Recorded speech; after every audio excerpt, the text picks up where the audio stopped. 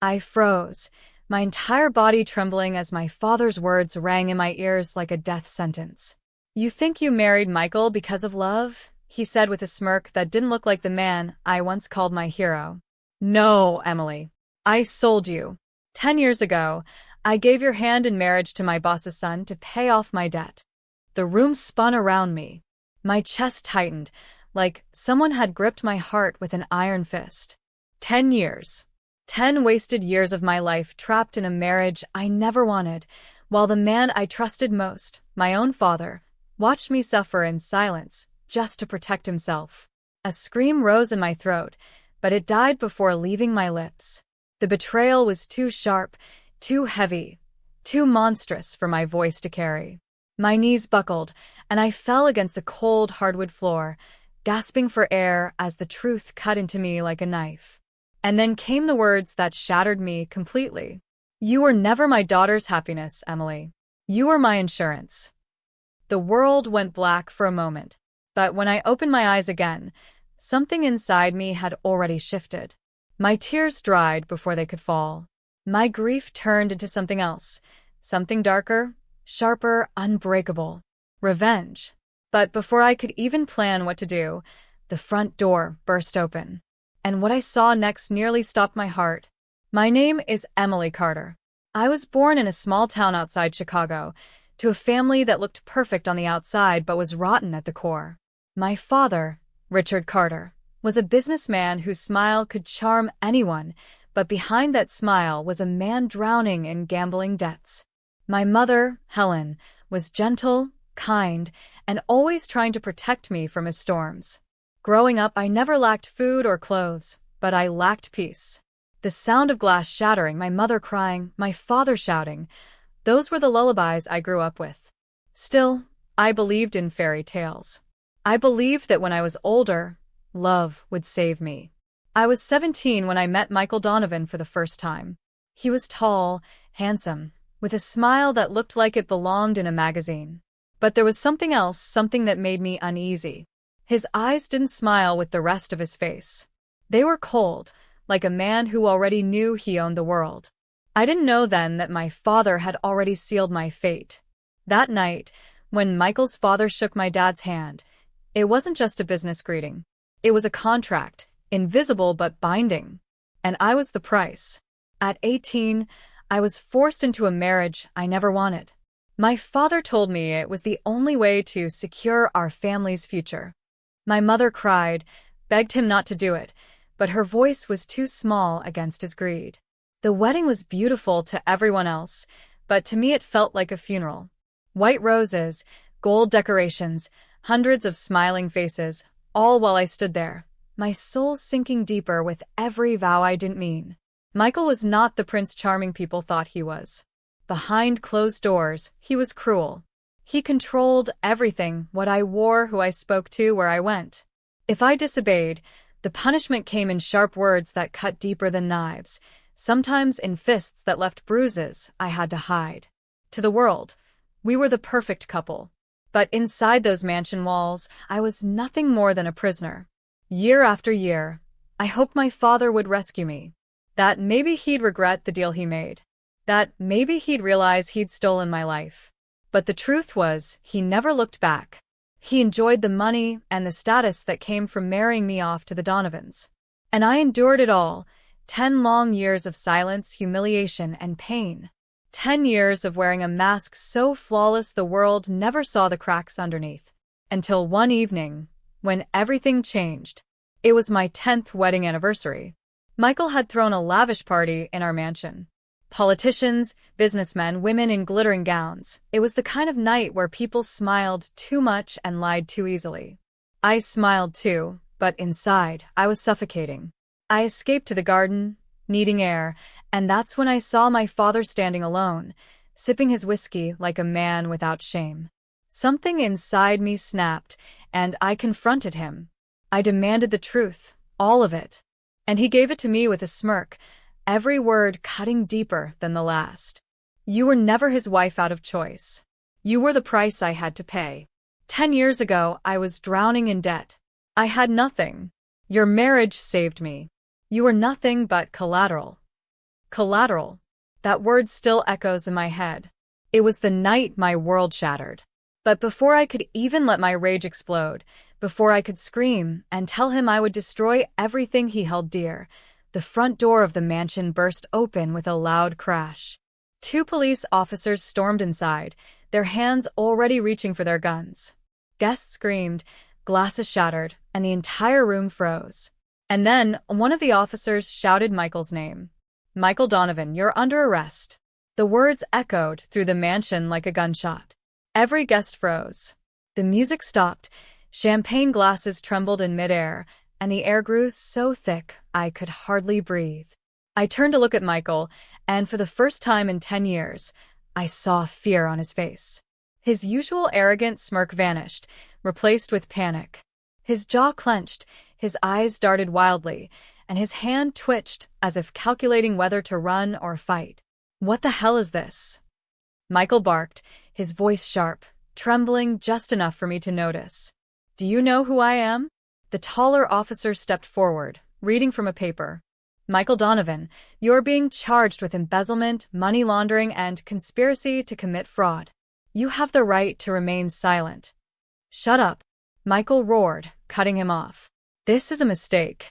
My lawyers will eat you alive." He looked around the room, desperate, scanning the powerful guests he once controlled. But no one moved. No one defended him.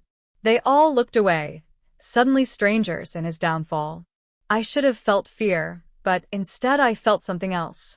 A strange, burning satisfaction. For the first time in 10 years, Michael was cornered. For the first time, his power didn't protect him. And yet, fear did crawl up my spine.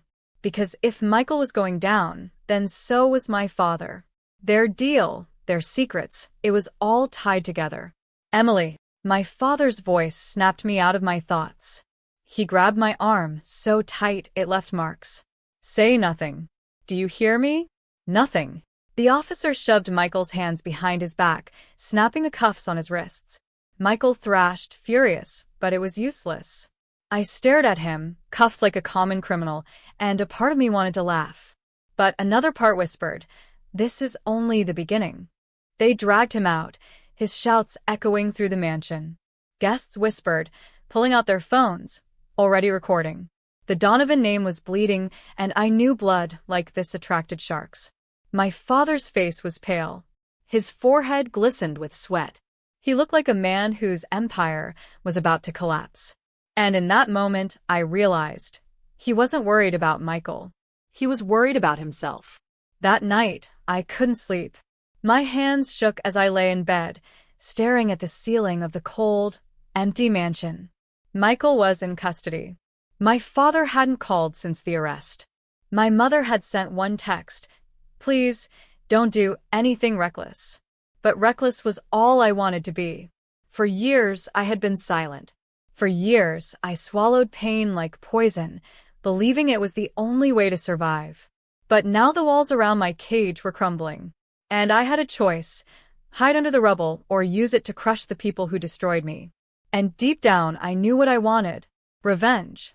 Still, questions haunted me. What exactly had Michael done? How much did my father know? And how much of my life had been destroyed for their greed? The next morning, I got my answer. News vans lined the street outside. Reporters shouted questions. Cameras flashed. I pulled my coat tighter around me as I walked past them, keeping my face down. Inside every grocery store, every diner, Michael's face flashed across the screens. Donovan heir arrested in massive fraud case. I thought I'd feel free, but I didn't.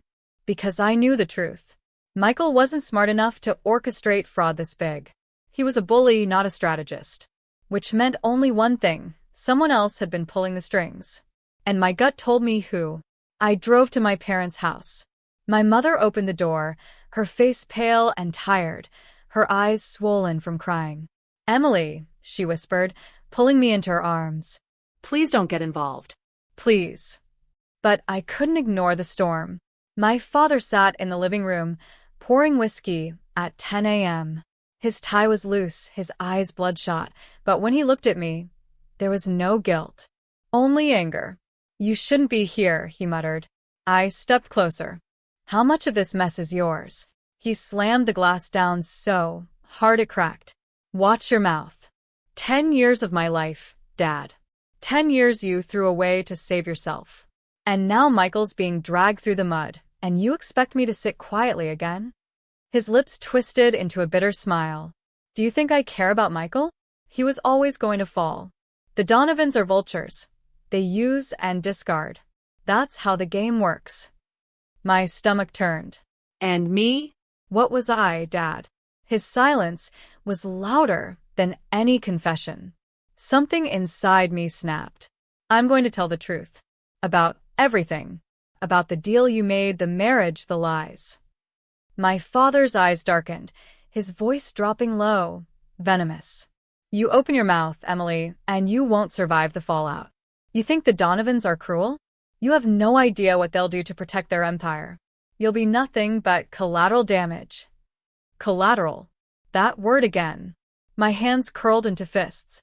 And then, before I could speak, there was a loud bang against the door. My mother screamed, and I spun around. The front door burst open. 3 men in black suits stormed inside, faces hard, eyes sharp. They didn't look like police. They looked like men who answered to no law but power. The tallest one stepped forward, his voice calm but cold. Emily Carter, you're coming with us. My heart hammered so loud I could hear it in my ears. The 3 men filled the living room like shadows, their presence suffocating. My mother clutched my arm, trembling, while my father just sat there, silent, sipping his whiskey as if he'd been expecting them. Who are you? I demanded, trying to steady my voice, though my knees felt like they would buckle. The tall one, broad shoulders, ice-cold eyes, pulled out a folded envelope and tossed it onto the table. We work for the Donovan family.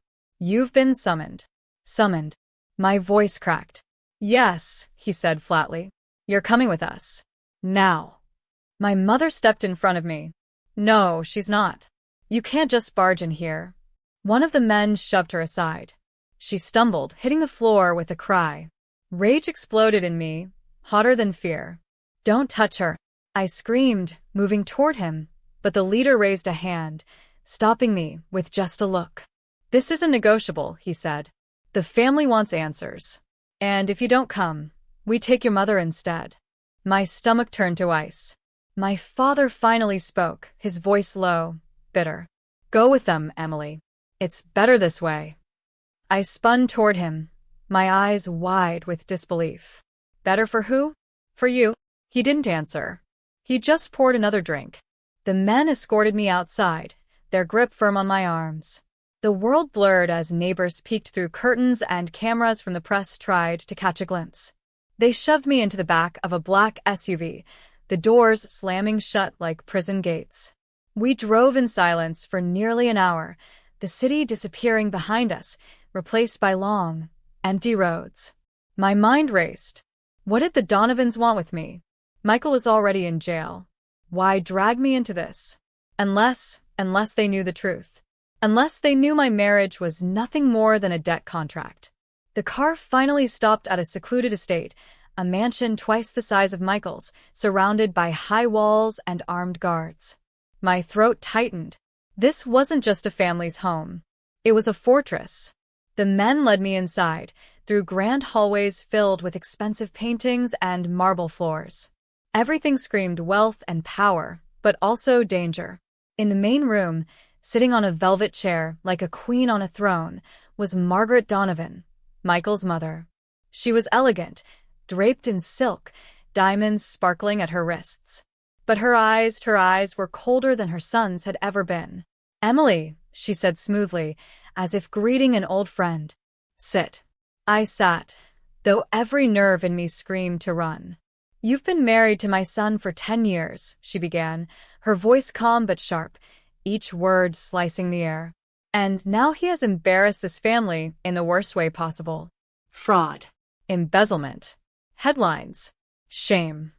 Her fingers tightened on her glass of wine until I thought it would shatter.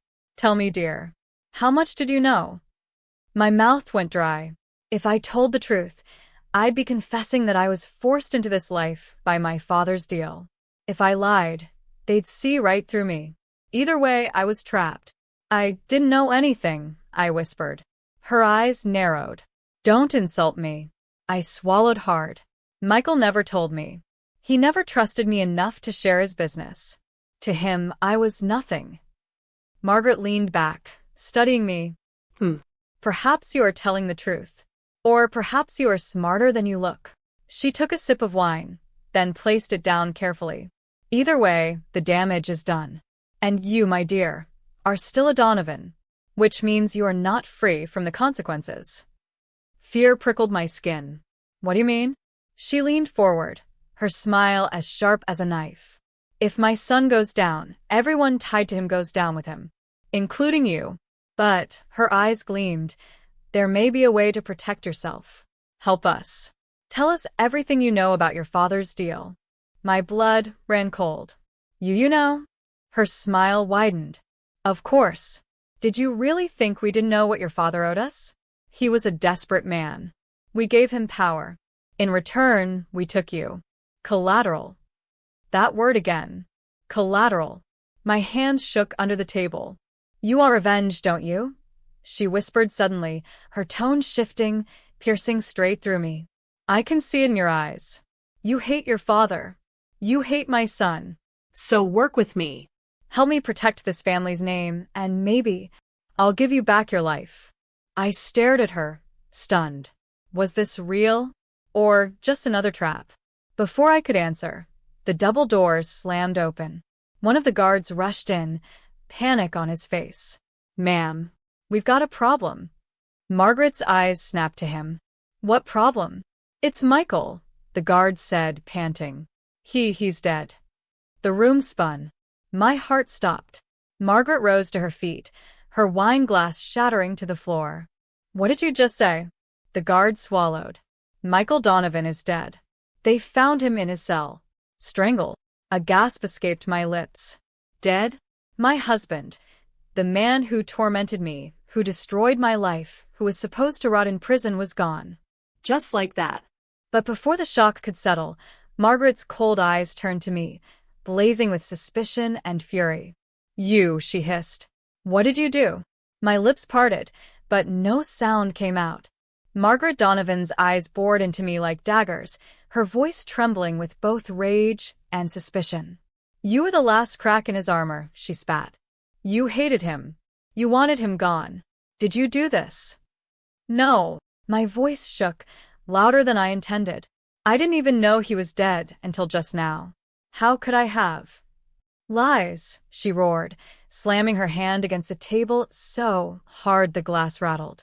You've been nothing but poison in this family from the beginning. The guards stepped closer, circling me like vultures. My chest tightened, panic clawing at me. If I didn't think fast, this room could become my grave. I gained nothing from Michael's death. I cried. Nothing. If he's gone, I'm still trapped in this nightmare. Why would I kill him? Margaret studied me, her jaw tight, her chest rising and falling rapidly. For a long moment, silence filled the room except for the crackle of the fireplace. Then she sat back slowly, narrowing her eyes. Perhaps you didn't kill him, she said softly, almost to herself. But someone wanted to silence him. And that means someone wants to silence us. The thought chilled me. If Michael had been murdered in jail, then whoever killed him wasn't just erasing him. They were cleaning up loose ends. Which meant I could be next. Take her upstairs, Margaret ordered the guards. Keep her under watch until I decide what to do. The guards grabbed my arms and pulled me up the grand staircase. My heart pounded, my mind racing. A locked room. A cage. Again. 10 years in one prison, now another. Was this all my life would ever be? They shoved me inside a guest room and slammed the door behind me. I collapsed onto the bed, my chest heaving, tears blurring my vision. My husband was dead. My father had betrayed me. And now his betrayal had chained me to the very family who ruined me. But under the grief, under the fear, a darker feeling stirred. Rage. The Donovans thought they could break me. My father thought he could throw me away like trash. But I wasn't going to be anyone's collateral anymore. I would burn them all before I let them bury me alive. Hours passed. The sun sank, leaving the estate shrouded in shadows. I sat on the bed, staring at the door, listening to the faint footsteps of guards outside. My brain refused to stop spinning. If Michael had been strangled in prison, that meant someone inside wanted him gone. A cover-up. A silencing. But why now? And who benefited most? A sound broke my thoughts. The window creaked. My head snapped toward it, and my blood ran cold. A figure was climbing in. I scrambled back, my heart racing.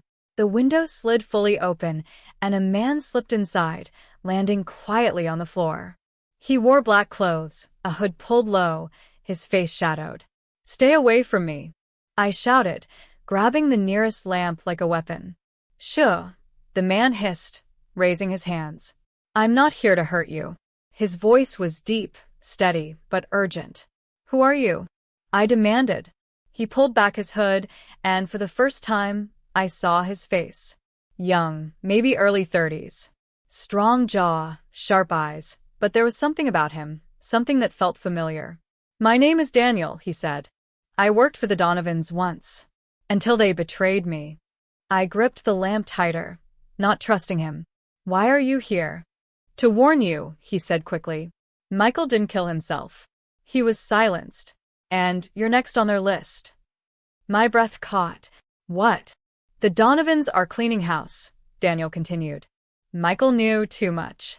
And they think you do too. That's why they brought you here. Margaret's deciding whether to eliminate you or use you. But either way, you're a prisoner."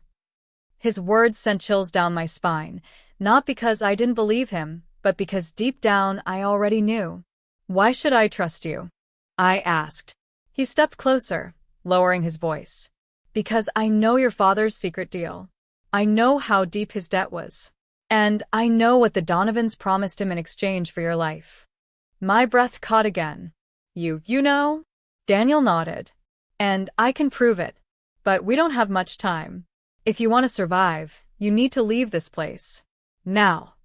Every nerve in me screamed not to trust him. But the truth was, I had no other choice. Staying meant death. Running meant a chance, maybe the only one I'd ever get. I swallowed hard, my decision made. "Okay," I whispered. "Get me out of here." Daniel nodded once. He pulled something from his pocket, a small blade, and began working on the lock of the balcony doors. The cold night air rushed in as the doors swung open. "Stay quiet," he whispered. We slipped out onto the balcony, creeping along the side of the house. The guards' voices drifted from below, but the shadows kept us hidden. My heart pounded so hard I thought they'd hear it. Finally, we reached the ground, and Daniel led me toward the back of the estate, where a motorcycle waited in the dark. I climbed on behind him, clutching tightly as the engine roared to life. We sped off into the night, the estate shrinking behind us, swallowed by trees and shadows. For the first time in 10 years, I felt something close to freedom. But the feeling didn't last. Because just as we reached the highway, headlights flared behind us. A black SUV. Then another. Then another. They were coming. Daniel cursed under his breath. "Hold on," he shouted, swerving sharply. The wind whipped against my face, my hands gripping him tighter, fear tearing through me. The SUVs closed in, engines roaring, tires screeching. One pulled up alongside us, a gun glinting in the window. "Daniel!" I screamed. A shot rang out. The motorcycle wobbled violently. Daniel swore, fighting to keep control. I screamed as sparks flew, the bike tilting dangerously. Then everything went black. When I opened my eyes, everything was blurred. My ears rang, my body ached, and the world tilted sideways. For a moment I thought I was dead. Then the pain hit. Sharp, searing pain down my arm and leg. I gasped, my chest heaving, as the memory came flooding back. The motorcycle, the SUVs, the gunshot. I tried to sit up, but a voice stopped me. "Don't move. You'll make it worse." My vision cleared just enough to see Daniel crouched beside me. His face was smeared with dirt and blood, but his eyes were sharp, focused. We were hidden under an old bridge, the sound of rushing water nearby. What happened? I whispered, my throat dry. We crashed, Daniel said. But we're alive. Barely. He pressed a torn piece of his shirt against my bleeding arm. You'll be okay. It's not fatal. My breath shook. They shot at us. Of course they did, he muttered, glancing around. The Donovans don't leave loose ends. We got away for now, but they'll come again. I closed my eyes, tears slipping free. I can't do this anymore. I can't keep running. My whole life has been a prison. My father sold me, my husband broke me, and now his family is hunting me like an animal. Why me? Why does it always have to be me? Daniel's voice softened, but it carried a steel edge. Because you're the one who knows the truth. And the truth is dangerous. I opened my eyes, staring at him. Then, what's the point? Even if I survive, I've lost everything. My childhood, my marriage, my future. All because of them. He leaned closer, his voice steady. Then don't survive for them. Survive for you. Live long enough to watch them burn. His words struck something deep inside me. A spark. Revenge. I wiped my tears with my good hand, my chest rising with a new kind of fire. Then help me, I whispered. Help me destroy them. Daniel's lips curved into the faintest smile. That's why I came for you. We spent the night hiding, nursing wounds, waiting for the SUVs to vanish from the highways. By morning, Daniel led me into the city, to a rundown safe house tucked between abandoned buildings. Inside, he laid out papers, photographs, and files across a dusty table. My eyes widened as I saw names, dates, numbers, all tied to the Donovans. Offshore accounts, fake companies, criminal partners. This, Daniel said, tapping a file, is what Michael was arrested for. But it goes deeper. His father orchestrated everything. Michael was just a shield. Disposable. I felt my stomach twist. And my father?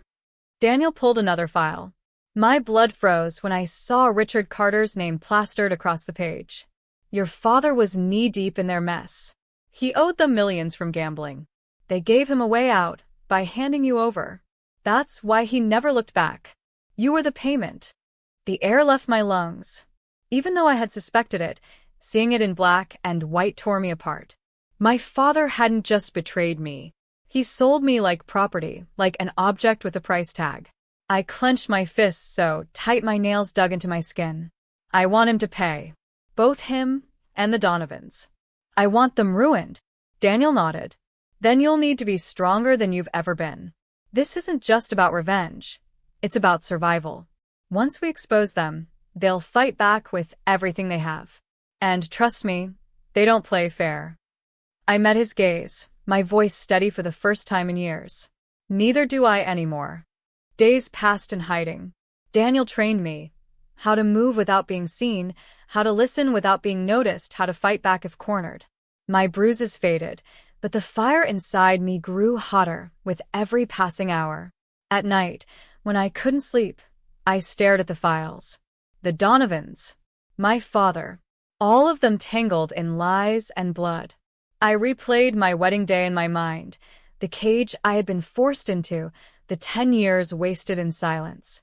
No more silence. By the end of the week, Daniel placed a small recorder and a burner phone in my hand. It's time, he said. We can't take them down alone. We need leverage. We need evidence that even the courts can't ignore. My pulse quickened. And where do we get that? Daniel's eyes hardened. From your father. He keeps records. Receipts. He's paranoid. Men like him always are. If we can get our hands on his files, we can tie him directly to the Donovan's crimes. My chest tightened at the thought of facing him again. The man who had ruined my life. But maybe that was exactly why I had to. I'll do it, I said firmly. The plan was simple but dangerous. I would visit my parents' house, pretend I wanted to reconcile, and search for his hidden safe. Daniel would stay nearby, ready to extract me if things went wrong. The night we set it in motion, my hands trembled as I rang the doorbell. My mother opened the door, her face weary, her voice soft. Emily, you came back. Hi, Mom, I whispered, forcing a smile. I need to talk to Dad. She hesitated but stepped aside. My father was in his study, the air thick with cigar smoke. He didn't look surprised to see me. Well, he said, leaning back in his chair. The prodigal daughter returns. What do you want now? I force myself to stay calm. I want to understand. Why, Dad? Why did you give me away? He smirked, sipping his drink. Because you are worth something, Emily. More than you'll ever know. You should thank me. Without me, you'd be nothing. The hatred burned so hot inside me I thought it might choke me. But I kept my voice steady. I'm tired of fighting. I want peace. For the first time, he relaxed, leaning back. Good girl. Finally, some sense. While he gloated, I let my eyes wander. There, a small metal box half hidden behind books on a shelf. My heart pounded. The safe. I waited until he stepped out to refill his drink, then hurried to the shelf. My hands shook as I pulled the box free. I tried the handle locked. Frantic, I searched the desk drawers. Nothing. Then, in the top drawer, I found a small brass key. My pulse thundered as I fitted into the lock. The safe clicked open. Inside were stacks of documents, photos, USB drives. Proof. Everything we needed. But just as I reached for it, the study door creaked. My father stood there, his eyes narrowing as they fell on the open safe. For a moment, silence. Then his face twisted with rage. You little snake, he hissed. My father's eyes blazed as he stepped into the study, the door clicking shut behind him. The silence between us was so sharp it cut. You little snake, he hissed, his voice dripping with venom. You think you can steal from me? After everything I've done for you? Done for me. My voice shook with rage, my hands trembling over the open safe. You didn't do this for me. You sold me. You threw me to the wolves to save yourself. 10 years, Dad. 10 years of hell because of you. His smirk deepened, cruel and twisted. You survived, didn't you? Better than you would have without me. I gave you a future. No, I spat, my voice rising. You gave me a prison. He moved toward me, slow, deliberate, his shadow swallowing the light. Put the files back, Emily. Walk away. Pretend this never happened, and maybe I'll let you live. For a moment, fear nearly rooted me to the floor. But then I remembered Michael's fists, Margaret's threats, the cold cell where my husband had died, the blood on Daniel's face after the crash. And I remembered every night I cried myself to sleep, chained to a life I never chose. No more fear. No more silence. I grabbed the files, clutching them to my chest. I'm not walking away. Not this time. His face twisted in fury. Ungrateful brat. He lunged at me. His hand clamped around my wrist, the grip so tight it felt like my bones would snap. I screamed, struggling, shoving at him with all the strength I had. The paper scattered across the floor like fallen leaves.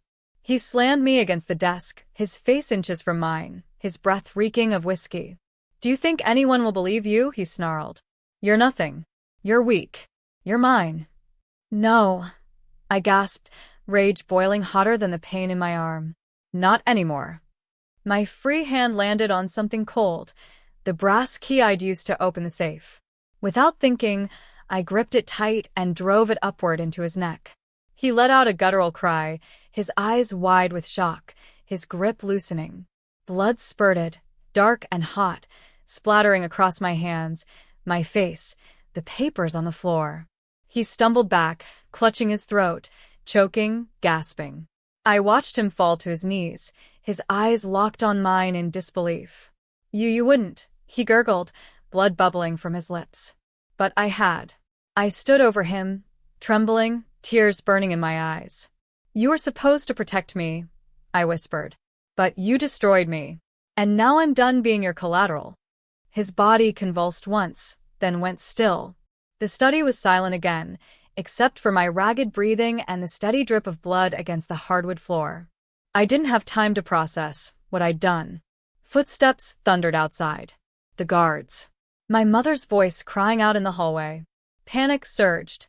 I dropped to my knees, scooping the scattered documents back into the safe box. My hands slipped on the blood, smearing red across the pages, but I didn't care. Proof was proof. I grabbed everything I could and shoved it into a bag. The door burst open. Emily. My mother froze in the doorway, her hands flying to her mouth as her eyes fell on my father's lifeless body sprawled on the floor. For a heartbeat, her eyes flicked to me, to the blood on my hands, to the bag clutched against my chest. And then she nodded. "Go," she whispered hoarsely. "Run." Tears burned in my eyes as I ran past her, through the hall, down the stairs. Daniel was waiting outside in the shadows, his motorcycle hidden in the drive. His eyes widened when he saw the blood, but he didn't ask questions. "Do you have it?" he asked urgently. "Yes," I gasped, shoving the bag at him. "Then we finish this tonight." We didn't go back to the safe house. Instead, Daniel drove straight to a federal building in the city, the only place strong enough to withstand the Donovans' power. He strode in, bloody papers in hand, demanding to speak to investigators handling Michael Donovan's case. Within hours, the files were in government hands. Names, accounts, crimes, the entire Donovan empire laid bare. My father's part in it too. There would be no escape for them this time. I sat in the waiting room, my body numb, my clothes stiff with dried blood. Daniel sat beside me, silent, but his presence anchored me. A federal agent walked in, holding the files. His face was grave. This is enough to take down the Donovans for good. Witness protection will keep you safe until trial. You've done more than you realize, Miss Carter. For the first time in 10 years, I felt like chains were breaking. But freedom didn't come clean. Weeks later, I stood in a courtroom, my hands trembling as I testified. I spoke the truth I had buried for so long, the marriage, the deal, the abuse, the betrayal. Gasps filled the room, reporters scribbled, cameras flashed. The Donovans glared at me like wolves caged, but they couldn't touch me anymore. Margaret Donovan sat at the defense table, her face stone. When the judge declared bail denied, her eyes met mine. And for the first time, I saw fear in them.